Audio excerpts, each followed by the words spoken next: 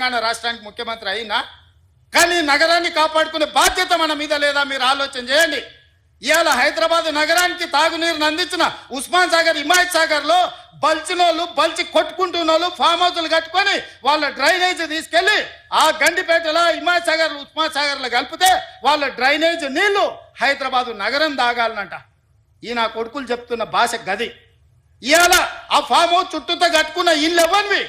కేటీఆర్కు లేదా, హరీష్కు లేదా, కేవీపీ రామచంద్రరావుకు లేవా? చుట్టూతా మీరు కట్టుకున్న ఇండ్ల డ్రైనేజీ హైదరాబాదు ప్రజలు తాగునీళ్ళ కలిపి మా ఇల్లు కూలగొట్టొద్దు కాబట్టి ముసుగు దొడకడానికి మూసీ కావాల్సి వచ్చిందా మీకు? మూసీని అడ్డం పెట్టుకొని ఎంతకాలం బతుకుతారా మీరు?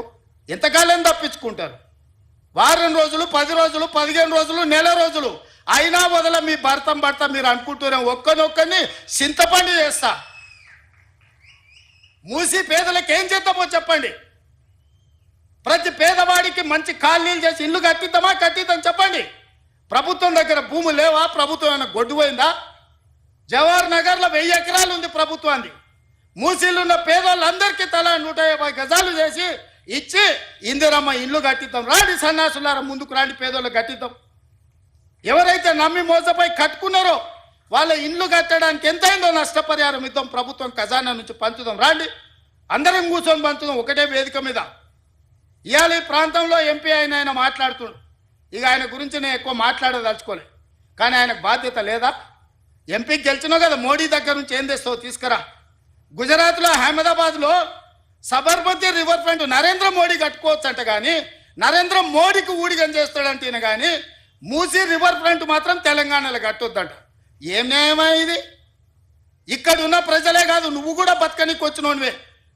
నువ్వు బతకనీకి వచ్చినావు, ఓట్లు వేయించుకున్నావు, ఎంపీ అయినావు. కానీ వాళ్ళు మాత్రం మూసీలు అదే మురికి కూపంలో ఉండాలనా? వాళ్ళందరినీ చక్కదిద్దాల్సిన బాధ్యత నీకు లేదా? రా, ఈటల రాజేందర్ ఇద్దరం కలిసి మోడీ దగ్గరికి పోదాం. పోయి 25,000 కోట్లు తీసుకొద్దా, మూసీలు ఉన్న పేదోళ్ళకి పంచి పెడదాం, ఇల్లు కట్టిద్దాం, డబుల్ బెడ్రూమ్ ఇల్లు కాదు మంచి కాలనీలు కట్టిద్దాం. వాళ్ళకు 40 లక్షల కోట్ల బడ్జెట్ ఉంది కదా మోడీ దగ్గర. హైదరాబాద్ నగరానికి 25,000 కోట్లు ఇవ్వలేడా? చేబెల్ల మీరే గెలుస్తారు, సికింద్రాబాద్ మీరే గెలుస్తారు, మల్కాజ్గిరి మీరే గెలుస్తారు, మెదక్ మీరే గెలుస్తారు, నగరం చుట్టూతో మొత్తం మీరే గెలిచింది కదా ఈటల రాజేందర్ గారు. మోడీ దగ్గరికి వెళ్ళి ఏం తెద్దామో రా పోదాం. నాకేం బేసిజాలు లేవు. రాజేందర్ గారు రండి సచివాలయానికి, ఏ ప్రతిపాదన తెస్తారో తీసుకురండి. కేటీఆర్ హరీష్ రావు మొదటి రోజు మాట్లాడతారు, తెల్లారా జిరాక్స్ కాపీ తీసుకొని ఈటల రాజేందర్ మాట్లాడతారు. ఏందా ఈ భాగవతం? ఏమనికి అర్థమైతే లేదా? 10 ఏళ్ళు వాళ్ళతో మంత్రుండి నువ్వేం వెలుగబెట్టినో తెలంగాణ సమాజం గమనిస్తలేదా? గౌరవం పెట్టుకోండి రాజేందర్ గారు. మీరు మిమ్మల్ని గౌరవించాలనే మేము అనుకుంటున్నాం, కానీ మీరు ఆ గౌరవం నిలబెట్టుకునే పరిస్థితి లేదు. మీరు పార్టీ మారినరు, వేరే పార్టీ ఎంపీ అయినరు, కానీ పాత వాసన మాత్రం మీకు పోతలేదు. ఆ గత్తర వాసన అట్లనే మీతో కొడుతుంది, గత్తు వాసన.